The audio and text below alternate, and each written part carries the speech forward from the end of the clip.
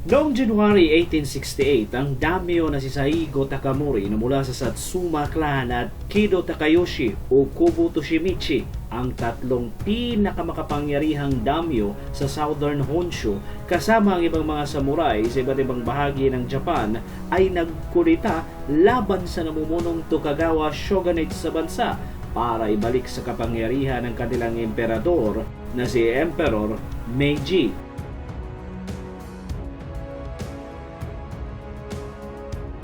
Ito ang kwento ng pagbagsak ng Tokugawa shogunate na nagresulta sa Meiji Restoration na siyang nagtransform sa bansang Japan na maging isa sa pinakamodernong bansa at isa sa pinakamakapangyarihang bansa sa mundo. Pero bago ang lahat, huwag kalimutang mag-subscribe at i-click ang bell icon para sa mga susunod na kwento dito sa Abiseth TV.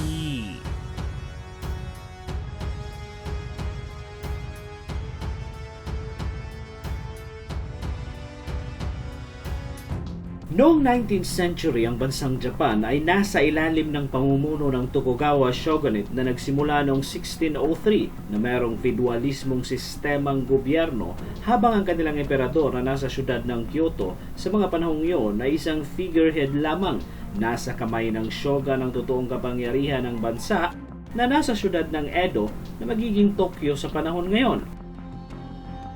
Nasa ilalim ng pamumuno ng shogun ang mahigit sa 200 daimyo sa buong Japan kung saan ang mga daimyong ito ay merong sariling mga rehiyon na kanilang pinamumunuan base sa kagustuhan ng kanilang shogun at iilan sa mga ito ay napakamakapangyarihan, partikular ang Chonshu Domain na kontrolado ang rehiyon ng Honshu o ang main island ng Japanese archipelago at Tsutsama clan kung saan nasa ilalim ng kontrol nito ang southern part ng bansa, ang Kyushu Islands. Bawat isa sa mga daimyong ito ay merong maraming sundalong samurai kung saan sa mga panahong iyon ay nagtatrabaho sa kanila bilang mga bureaucrats ng kanilang rehiyon dahil wala namang gyera sa panahon na iyon at para magkaroon ng silbi ang mga samurai, ito na ang nagpapatakbo sa mga araw-araw na kalakaran ng gobyerno bilang mga administrative officials. Kahit ganun pa man ay napakahigpit pa rin ang bansa pagdating sa mga banyaga, nananatili itong malaya ang kanilang bansa sa mga mananakop sa loob ng ilang daang taon. Kahit ang kinakatakutang Mongol army ni Kublai Khan ay hindi nagtagumpay sa kanilang invasion sa Japan. Except sa mga Portuges na dumating sa bansa sa mga huling parte ng 16th century na pinahintulutan ng shogun dahil sa economic reasons, pero hindi rin ito nagtagal dahil sa pagpapakalat ng mga Jesuit sa relihiyong Katolisismo sa bansa ay pinatalsik ng shogun ng mga banyaga except sa iilang trading stations kung saan sila mananatili sa ilalim ng napaka-istrikto na pamamalakad ng mga Hapon kung saan tatagal ang sistemang ito ng ilang daang taon. Samantala, ang Estados Unidos ay gustong i-expand ang kanilang impluensya sa Pacific kaya nagpadala ito ng mga proposals sa shogunate ng Japan para mag-establish ng diplomatic at commercial relations na palagi namang tinatanggihan ng mga Hapon. Kaya noong 1854, dumating sa Japan ang United States Navy sa ilalim ng pamumuno ni Commodore Matthew Perry at dumiretso sa Edo Harbor para puwersahin ang mga Hapon na makipagkalakal sa Amerika. Kaya walang nagawa ang shogun na si Tokugawa Ieyasu kundi ang makipagsundo sa mga Amerikano dahil sa superior military power ng Amerika. Nagresulta ito sa Convention of Kanagawa, isang kasunduan ng Amerika at ng Japan kung saan napilitang tapusin ng Tokugawa ang isolation policy ng kanyang bansa at pagbubukas ng mga pantalan sa iba't ibang bahagi ng Japan para sa mga mangangalakal na Amerikano. Pero dahil din sa pagbubukas ng mga pantalan sa Japan ay bumaha ang mga ideas at mga pagbabago sa bansa tulad ng political, social at cultural innovation mula sa iba't ibang bansa sa West, dala ng mga Amerikano, Briton, Dutch at mga Franses na mga mangangalakal at mga diplomats na siyang nagsimula ng divisyon sa Japanese society. Ang dibisyon na ito sa Japanese society ay isang napakalaking concern sa bansa sa kalagitnaan ng 19th century kung saan pinagdedebatihan ng mga Hapon na makabubuti ba sa kanila ang mga pagbabagong ito, hindi ba maaapektuhan ang kanilang pagiging independent na bansa o baka dahan-dahan silang nagiging westerners at baka dahan-dahan na lang mawawala sa kanila ang kultura nila dahil sa kanilang dahang-dahang pag-adapt sa kultura ng West, partikular sa Amerika.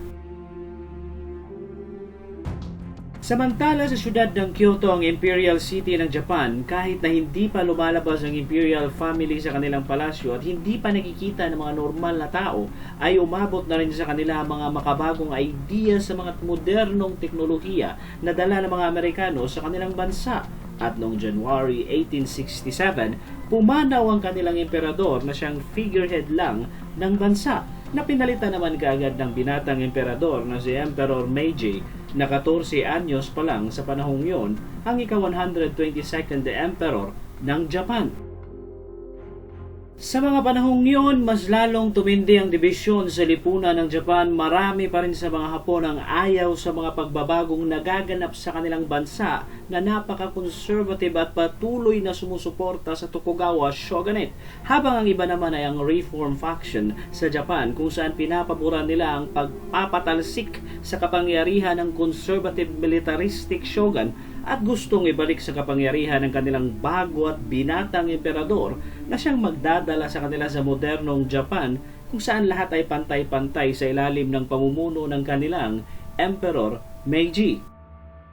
Kaya noong January 1868, nag-aklas ang tatlong makapangyarihang daimyo sa Japan laban sa kanilang shogun para ibalik ang imperial power sa bansa, kung saan magkakaroon na ng political power ang emperador sa kanilang bansa. Unang sinekyore ng mga daimyo ang Imperial Palace sa Kyoto at kinumbinsi ang binatang emperador na mag-issue ng decree na tapos na ang shogun period sa Japan at personal na nitong pamumunuan ng bansa na pinagbigyan naman kaagad ng kanilang emperador. Kaya nagresulta ito sa isang civil war dahil marami pa rin ang sumusuporta sa shogun, pero natalo ng mga imperialista ang pwersa ng shogun noong 1869 na siyang tumapos sa shogunate sa Japan at ang pagkaka-restore ng imperial power ng kanilang emperador na si Emperor Meiji. Nagpatupad naman kaagad ng napakaraming reforma ang emperador tulad ng pagbibigay ng maraming oportunidad sa mga commoners, pag-a-abolish sa kanilang class system at pagtatransform sa mga feudal domains bilang mga prefectures at binago ang pangalan ng kapital mula sa Edo ay ginawang Tokyo at sinentralize ang gobyerno sa pamumuno ng mga oligarko at ipinagpatuloy ang pag-modernize ng kanilang bansa. Higit sa lahat ay nabago ng Japan ang kanilang mga naunang negosasyon sa Amerika or na-renegotiate nila ang mga unequal treaties na pinirmahan ng dating shogun na siyang nagbigay sa mga Hapon ng kapangyarihang i-modernize at magpatupad ng napakaraming reforma sa kanilang militar. Ang kanilang dating samurai army ay napalitan na ng Imperial Japanese Army kung saan nakadesign na kapareha sa Amerika pati na sa kanilang mga taktika at armas, pati na rin ang Japanese Imperial Navy ay patuloy ang pag-modernize ng kanilang sandatahang pandagat.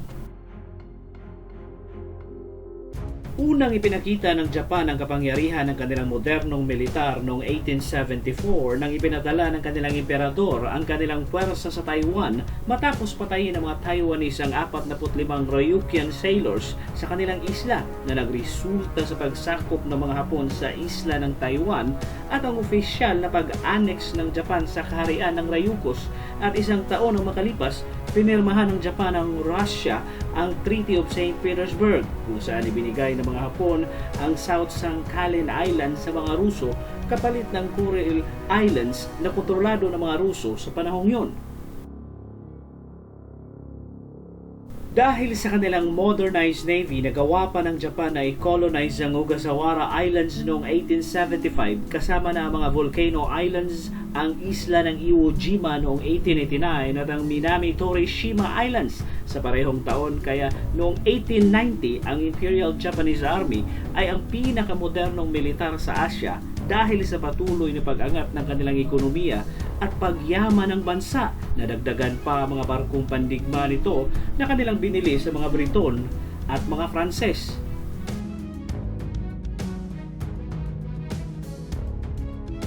Pero ibinalik ng Japan ang kontrol sa isla ng Taiwan sa Qing Dynasty ng China dahil mas pabor silang ilagay sa kanilang kontrol ang Korean Peninsula na tinutulan naman ng mga Chino. Kahit ganun pa man ay napanatili ng mga Chino ang kanilang impluensya sa Korea hanggang sa maganap ang Tunghak Rebellion, kung saan suportado ng mga Hapon ng mga rebelde na siyang dahilan sa pag-occupy ng puwersa ng Japan sa syudad ng Seoul na nagresulta sa First Sino-Japanese War. Dahil sa superior firepower ng Japanese Imperial Navy, nawasak nito ang Chinese Navy sa Battle of Yalu River, kung saan inukupa kaagad ng mga Hapon ng Liaodong at Shandong Peninsula na siyang dahilan sa pagsuko ng Imperial China sa Japan, at pinirmahan nila ang Treaty of Shimonoseki kung saan formal na inanex ng Japan ang Liaodong Peninsula kasama ng Taiwan, Senkaku at Penghu Islands.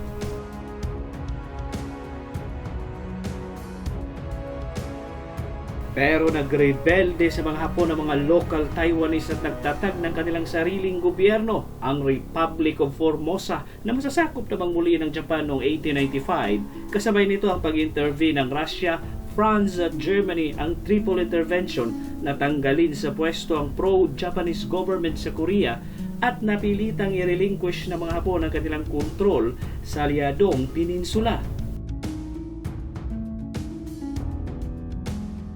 Uminit pa ang sitwasyon ng puwersahin ng mga Ruso o mga Chino na uupahan nila ang Liaodong Peninsula dahil gusto ng kanilang emperador na si Tsar Nicholas na merong ice-free na pantala ng mga Ruso sa Pacific. Hindi pa doon huminto ang mga Ruso kundi nagtatag pa ito ng railway system sa rehiyon kung saan dahan-dahan na nilang sinasakop ang Manchuria at Korea. Dahil dito, nagalit ang mga Hapon dahil sa kanilang paniniwala ay minamaliit lang sila ng mga Ruso kahit na alam naman ng lahat kung gaano kalakas ang kanilang militar at navy, at higit sa lahat ay napaka-modern na nito ay minamaliit pa rin ang kapangyarihan ng kanilang bansa. Kaya pumasok sa isang kasunduan ng mga Hapon sa Britanya ang Anglo-Japanese Alliance para mas lumakas ang kanilang puwersa sa rehiyon na inaprubahan naman kaagad ni Emperor Meiji at sinimula ng paghahanda sa darating na digmaan laban sa Russia. Kaya noong 1904, inatake ng Japan ang puwersa ng Russia sa Dalian, China, kung saan madali nitong tinalo ang puwersa ng mga Ruso sa rehiyon. Winasak pa ng mga Hapon ang Baltic Fleet ng Russia sa Battle of Tsushima, ang Russo-Japanese War, kung saan nagresulta ito sa pagkatalo ng Imperial Russia sa Japan. Sa digmaan ding ito, pinakita ng mga Hapon ang napakalakas at moderno nilang sandatahang pandagat na siyang gumulat sa mundo sa kakayahan ng Imperial Japanese Navy, at meron tayong video tungkol sa Russo-Japanese War kung gusto niyo ng mas detalyadong paksa tungkol sa digmaang ito.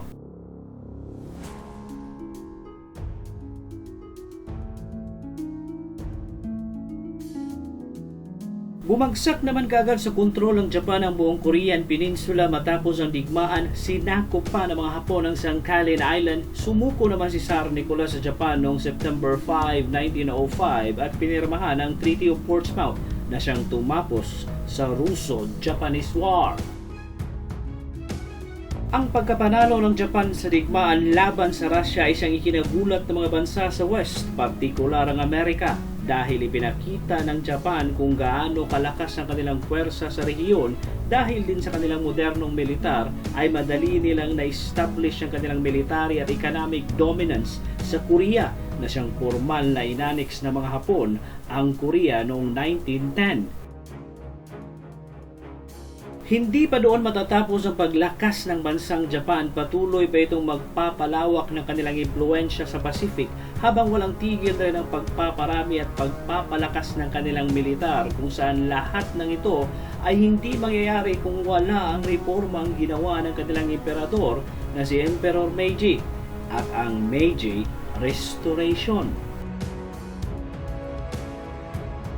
Hanggang dito na lang, at huwag kalimutang mag-subscribe dito sa Aviset TV para sa mga susunod na kwento. Maraming salamat sa panunood.